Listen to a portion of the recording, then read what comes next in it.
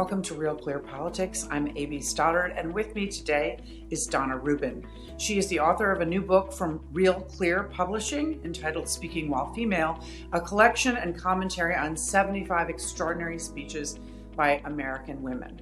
Donna, welcome to RealClear Politics. Thank you. Before you celebrated these 75 speeches in a book, you endeavored to search for and assemble a body of law speeches and organize them for posterity. Can you start from the beginning? What was the catalyst for launching both of these projects? Well, the project actually began about, I'd say, 4 years ago. I've been in the speech world, in the world of oratory or rhetoric. I'm a speech writer, a speaking coach, and a speaker.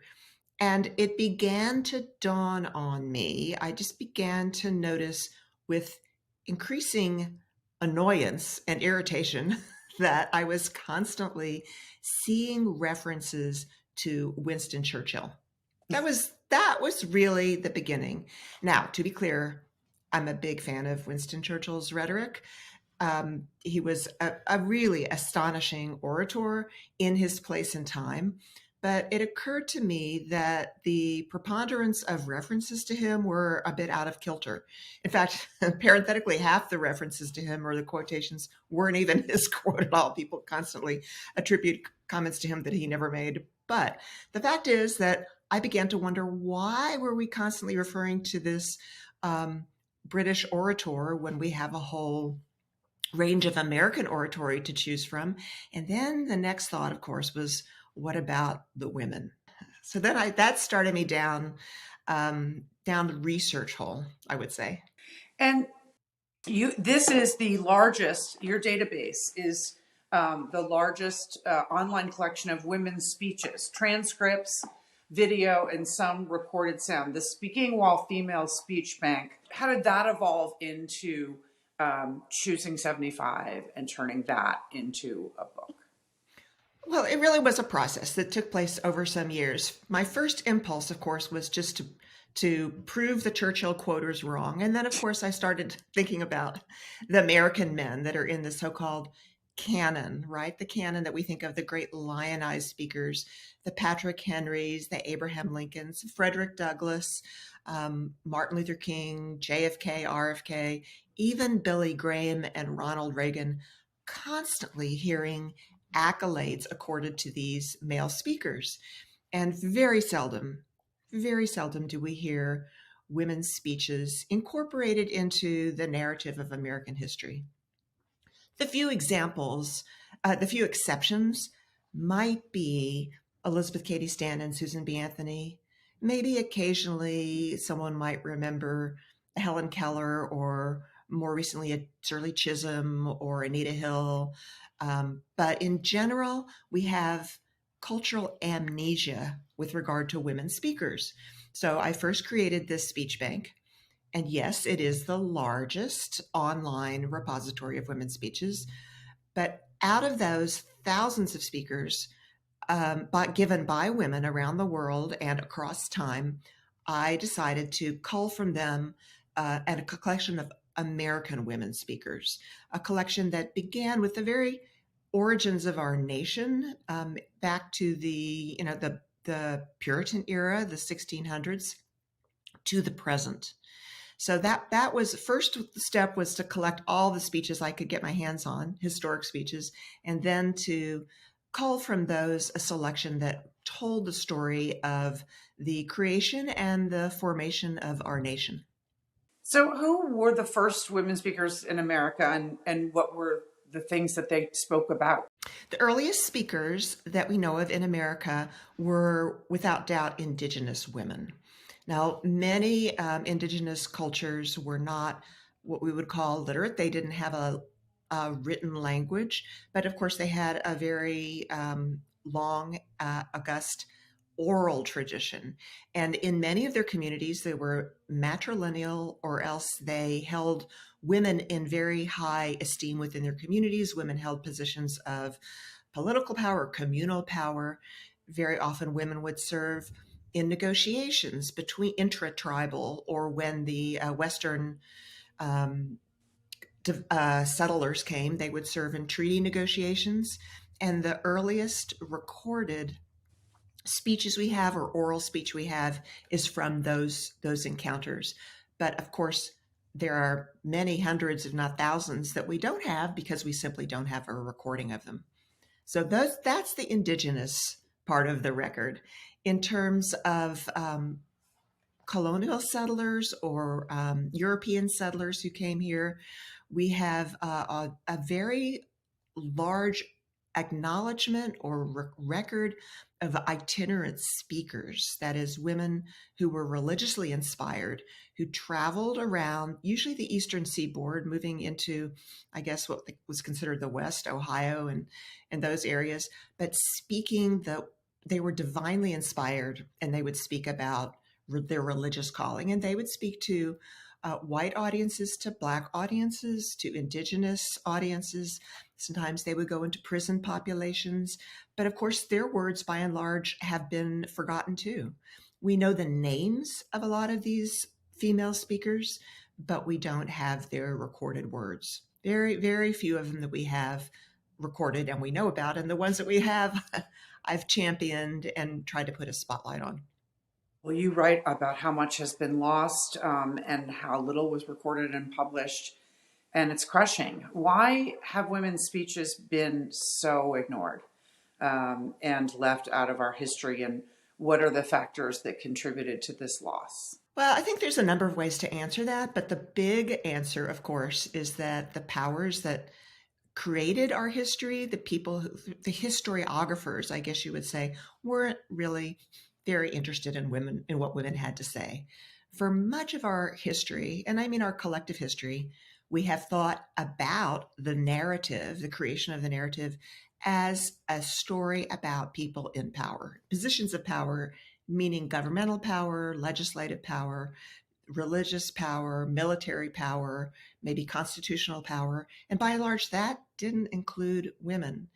And it really wasn't until the movement that arose in the 1960s or 70s, social history, that we came to more fully appreciate that history was not just a recording of what people in positions of authority and power did, but a collection of all humanity, or a reflection of all humanity, people from all strata of humanity.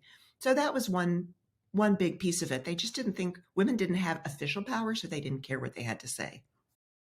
But there's a number of ways to think about it. And another one is I would ask you to think about this. Suppose a woman did speak. Suppose a woman gave up in front and stood up in front of an audience and spoke, whether it was a religious context or some reform advocacy that she was promoting. Was there someone there to record it? Was there a stenographer there? Was it an official gathering that had hired a stenographer to come? Probably not, unlikely. Or was there a journalist? Did an editor send a journalist to cover it?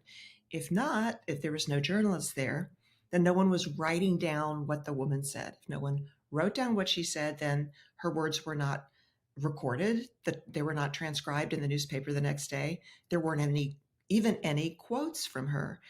Then, of course, some years later along come the anthologists. They're creating anthologies of the greatest speeches, and we have no recordings of her speeches or their speeches.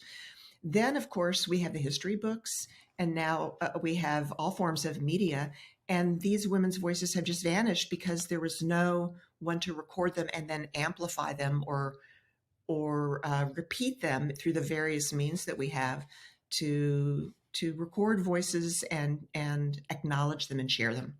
Until you. So tell us how a speech or testimony or preaching to a group of people in spoken word is different and distinct.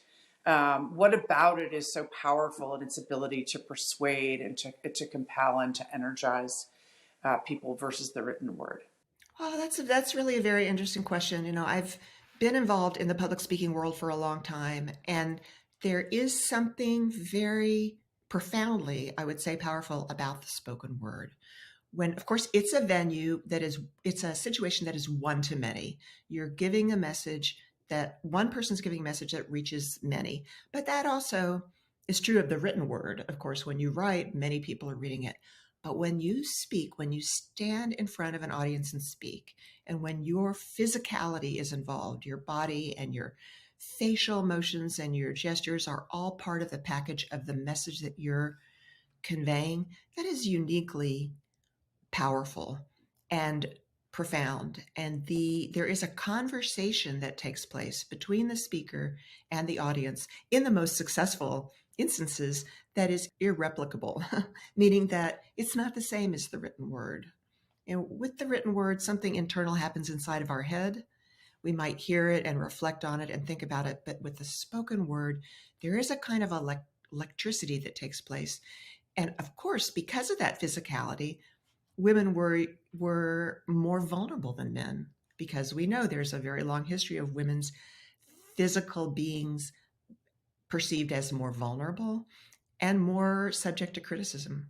So every time a woman stood up in public, whether it's the 17th century, 18th century, 19th century, she was making herself vulnerable in a way that is very different from the written word. Right. And um, in recognition of just the triumph of what they had to overcome to do this, I love your detail uh, about Shirley Chisholm coming through the neighborhood, screaming that she's the fighting Shirley Chisholm is coming. Um, how did you choose? I mean, because you have steeped yourself in this, and you must be so fond of each for so many different reasons. How did you choose the 75? With difficulty. People often ask me, the most common question that I get is, what's your favorite speech?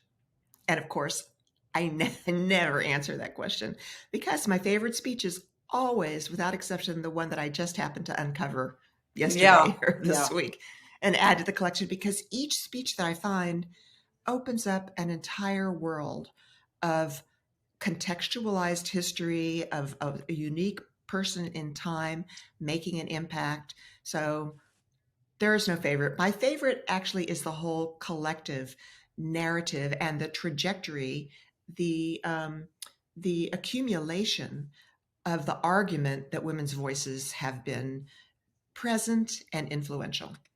So you asked me how I chose them. I just started out with an Excel spreadsheet, and I put the earliest one in there, which I had, the earliest recorded voice in American history, which is Anne Hutchinson in 1637.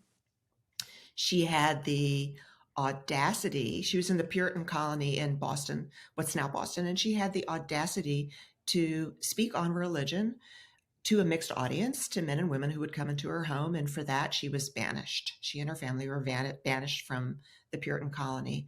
So she's the first one. So I started with her, and then I just started adding them. And of course, in the first, 150 years, there were slim pickings. Yeah. There weren't that many to choose from. But as we move into the 1870s, 1880s, and 1890s, then it got to be a much more crowded field. And I had a very hard time picking. And I could easily have made a volume with 100 speeches or 150 speeches or even 200 speeches and not feel as though I were watering down the content or the impact in any way. You ask whose voices should define who we are, which means as Americans, we don't know fully who we are. How do you hope that this record will alter our national story? Well, it alters our national story in a way that's very hard to go back from. Once your eyes have been opened, once you see the historical record and the truth of the existence of women's voices and contributions to our national debate, to our institutions, to our ideals and our cultures and our beliefs, then it becomes impossible to see the sweep of American history in the same way. It becomes impossible to understand the agency, the human agency that contributed to who we are. And you talk about in the book about you wrote speech creates change in ways often impossible to measure. Through what you've learned, how through your study and your research, how would you advise women to think about public speaking or even presenting in small settings? Well, I believe that uh, from what I have learned, I see that change is incremental. many of us feel a tremendous sense of impatience. We look around the world and we see so many large problems that seem intractable, whether it's governance or climate or environmental related or human rights. And we think that these problems are insurmountable. But if you look at history and you look at the full range of history, you see that 100 years ago or 200 years ago, people thought the same thing. People thought that we could not overcome these irreconcilable problems. Just look at the debates, look at the situation before the Civil War. For 2 decades before the Civil War, many people were desperate to prevent the war, the conflict that they could see coming, and they tried every means possible and were unable to stop the war. But what you understand if you look back and see how history unfolded is that the language that they used and the arguments that they made did have an impact. They did have an impact. They rallied more people to the cause. They changed people's points of view.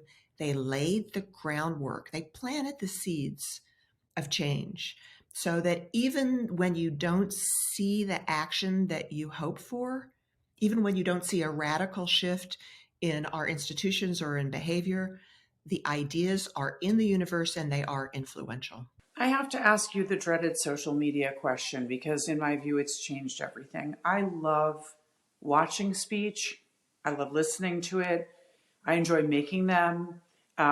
I love this whole topic. I love this conversation. I agree with so much of what you've been saying. Is speech making, in your view, less influential now that we don't gather around a nightly news where we would hear universally about a powerful speech as when we were growing up? That my children are Generation Z and they only know about something if it comes across their feed. They gather less in person, they gather online, they don't speak to each other as much as they text. I'm just fascinated in what you think has become of the import and the influence of speech making, given how much has changed? Or do you think the advent of the internet, because of things like TED Talks, have inspired people to step up and believe in the power of the spoken word? And the internet obviously enables us to share that easily with people who might not have been in the same community listening to the same speech in person. I think that you answer the question in the asking of it. So, yes, I agree with you. In general, content, all forms of content, um, are diminished by the overwhelming deluge of content that we are all exposed to, and you might even say bombarded by every day. And with that sheer volume of content, every piece of it is going to be diminished. We no longer, you're correct, we no longer do summon an audience around the television to watch, the State of the Union or other addresses. But just look at the State of the Union. Just look at Biden's speech. Just look at the speeches that Biden just gave in Poland and Putin gave in Russia just yesterday, the day before. Speeches do matter. And that's because we still have a class of people, a class of, educated and engaged audiences, people who are engaged with the politics and issues of the day, who do listen and are influenced. Unfortunately, more people are scrolling through their feeds, looking at TikTok or looking at, Instagram Live. But I still believe in the power of speech. And also, we are still a religion, we are still a nation that has faith. In general, there are still millions of people who participate in in some kind of religious faith. And don't forget, they are listening to ministers or they're listening to religious leaders on a weekly basis, if not more. So I still believe in the power of the podium and the power of the spoken word. Donna, finally, what is your vision of the audience for this book? What do you hope to accomplish with the book? Well, of course, I want women and girls everywhere to read it, and men too. But in particular, my hope is that this book will be used alongside social studies, course books, textbook curriculum, history books. I want women's voices and the history of women speakers to be included in every course that teaches about American history. I want women and girls especially to know that we have a past of speaking, of oratory that is accessible to us and can inspire and motivate us to use our voices and to speak up for the causes that we believe in and for the world that we hope to live in. Well, thank you so much for your work, Donna, and it's amazing. And thank you so much for this conversation. This is the book again, but I want to remind everybody to access the database and hopefully build on it. The Speaking While Female Speech Bank with thousands of speeches from women around the world and across time. It's a free resource and the largest online collection of women's speeches. And hopefully it can be celebrated, amplified, and built upon. Thank you again, Donna, and thank you for joining us today on Real Clear Politics. Thank you.